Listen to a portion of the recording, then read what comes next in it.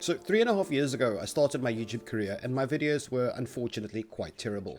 I had 720p resolution, about 40 frames per second and 4-year-old Rust graphics made for some terrible content. But as time moved on, my hardware got stronger, Facepunch fortunately overhauled their graphics and things slowly became more watchable. My FPS increased and my resolution sharpened into the quality that you are more used to today. However, it is 2020, the world has gone crazy with a global pandemic, Sony and Microsoft are about to release their next generation consoles, capable of competing with PCs from 2013, and Nvidia dropped a bomb, releasing their 3000 series GPUs, giving console gamers an insight of what their PlayStation 9 and Xbox X4s might run like in the year 2027. Ponerme la chancla y el bañador. Voy a la playa, había subido la marea. Asus provided me with their 3080 test unit so that I could play some Rust and show you guys the visuals, and out of the box the TUF Gaming 3080 is incredibly beautiful. This is considered their budget offering, however the final product was nothing short of top tier. From the packaging to the design, the feel, all the individual components of this card, this bad boy screams absolutely high end. Personally, I prefer subtle, so the exclusion of unnecessary fangirls and slots with its rather silly casing was a welcome decision. Asus opted for a 2x8 standard power configuration, meaning you won't need to change a power supply or use some kind of a converter to make it work. Your standard power supply will work just fine. On the rear of the card we got 3 display ports, 2 HDMIs, a mechanical switch on the underside to make it either quiet or fast, and a cooling system I can't quite fathom how well it was made, but the most important part of this card is by far the actual components. Asus dodged a bullet and went with full MLCC capacitors. There is currently a global 3080 crisis as we speak, and some manufacturers decided to use large SP caps or a combination of SP caps and MLCC rather than using only MLCC caps. Now, I'm not going to bore you with all that nerd shit, but basically it's rumored that the non-fully MLCC cap cards are crashing to desktop. In short, MLCC is good, SP cap is bad, but luckily for me, Asus over-engineered their budget card, and in the 5 days of testing, I worked it harder than I worked my wife on our honeymoon, and I didn't see a single hiccup. GG Asus. If you want fine details and specs of the card, I'm going to link in my buddy We Do Tech. He did a video reviewing this exact 3080. I'm going to leave his link in the description. So if you do want more in-depth stats on the card, I suggest you go look at his video. He can explain it all there. But will that amount of CUDA cores actually give you triple the amount of performance compared to the 2080 Super? Fortunately, I don't need to know the specs of the card. All I'm looking for at the moment is eyegasms. Our test PC features a replacement Ryzen 5 3600X CPU. The Ryzen 9 inside this machine unfortunately broke about 5 hours before we tested, so we had to swap it out with a bench warmer. Unfortunately, we do however have 64 gigs of DDR4 Crucial Ballistics memory, 1000 watt power supply, and a 32-inch Asus TUF Gaming curved 144Hz screen gaming monitor.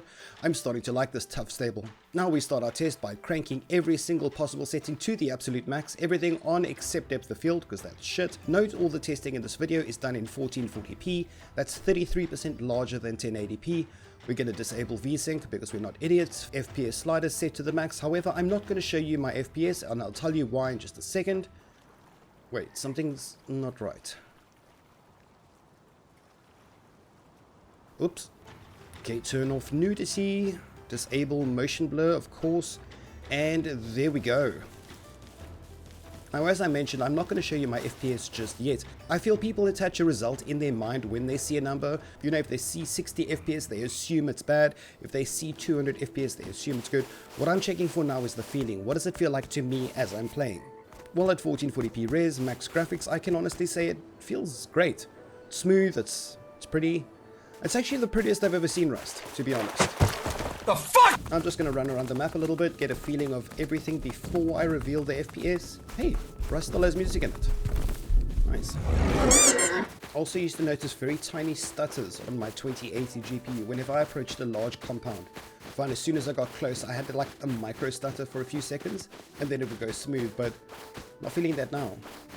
Also, when it went dark, for some reason, it felt like the game actually suffered, like the performance suffered, which is weird because it's getting dark. Shouldn't it have less things to render? I don't know. Either way, as the sun is setting, I can feel everything feels smooth. It feels exactly the same. That's great. Holy shit, it's pretty. I'm not at the fishing village. Everything looks good. No stutters. Smooth. I'm now in pure darkness. It seems to be running fine still. Okay, now that we know that it's running fine, let's turn on the FPS and see exactly what's happening. Oh wow. Okay, honestly, I was expecting 200 FPS in my mind. I was hoping for about 200 FPS in my mind, but it feels fine. But then as soon as I saw the number, my brain's telling me, hold on, 120-ish FPS is bad, which is a nasty habit, because if I flip over to Red Dead Redemption 2, I crank everything on Ultra, also 1440p. Can anyone guess what the frames per second is in this game? That's right, 60 frames per second, but the graphics is quite literally 1,000 times better than Rust. It feels 10 times smoother than Rust. What's the deal? See, the problem isn't the card. The problem is the fact that Rust is a 7-year-old game. It's been patched more times than an old leaky roof. Also, those Red Dead Redemption 2 graphics. Wow. That's insane. Now, one of the biggest problems that I had with my 2080 was forest and grass. I always struggled to get them to render properly, to encode properly. Tiny, fast-moving details like grass and leaves usually wreak havoc to a GPU. Now, I challenge you to watch your favorite Rust YouTuber, which is probably me, let's be honest, and have a look at the grass in their older videos. It's almost always blurry. That is unfortunately just a side effect of GPUs. However, on my screen it's looking really smooth. I don't know if my Adobe Premiere Pro or YouTube encoding is going to butcher that, but from what I'm currently looking at, the recordings, it looks crystal clear. Fast movement doesn't seem to slow down this card either. I literally ran to the top of the map and to the bottom. I haven't felt the slightest hint at a dip in frames, although I might need an RTX 4090 to help me improve my aim.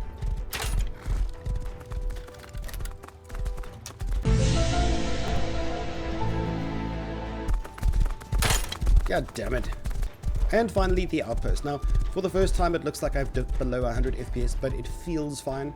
Now remember, I'm on 1440p max graphics. It's working a lot harder than a standard HD at 1080. The GPU has about 33% less stuff to render at 1080p. So whilst I'm seeing sub 100 frames, it doesn't feel like it. It feels smooth, it feels good on the eye. And to be honest, a number doesn't matter. It's just how does the game feel. My other game of choice, Apex Legends, again, or Ultra 1440p, blah blah blah. I'm getting between 140 190 frames per second, although I did set my upper frame limit cap to 190, so I'm fairly certain it would have gone way above 200. The problem is that numbers don't matter.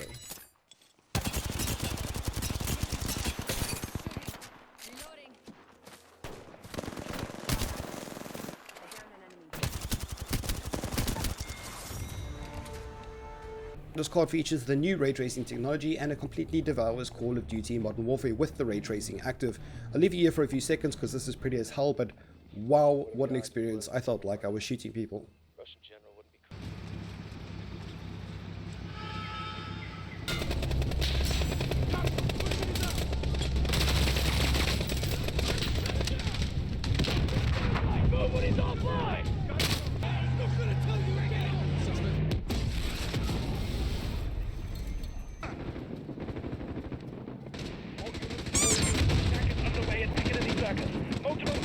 Rocket League 2, it absolutely laughs at the cap of 250. Look, it's not a very visually demanding game, but 250 frames per second at 1440p is quite unheard of, even in a simple game like Rocket League. In short, this GPU is an absolute game changer. It's worth every penny. Should you get it? Yes, you should, if you can afford it. If anything though, this GPU has taught me a valuable lesson. Don't fixate on numbers like FPS. Focus on what visually pleases you. It's done more than just push up my FPS counter. It's made my games feel incredible. And to be honest, I don't care why a game feels incredible. I'm just kind of glad that they do. Thank you again for watching. And as always, blackout.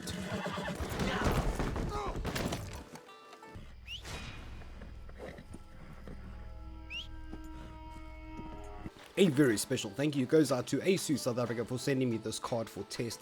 Unfortunately, I do not get to keep it. It is a media test unit, so it has to go back today.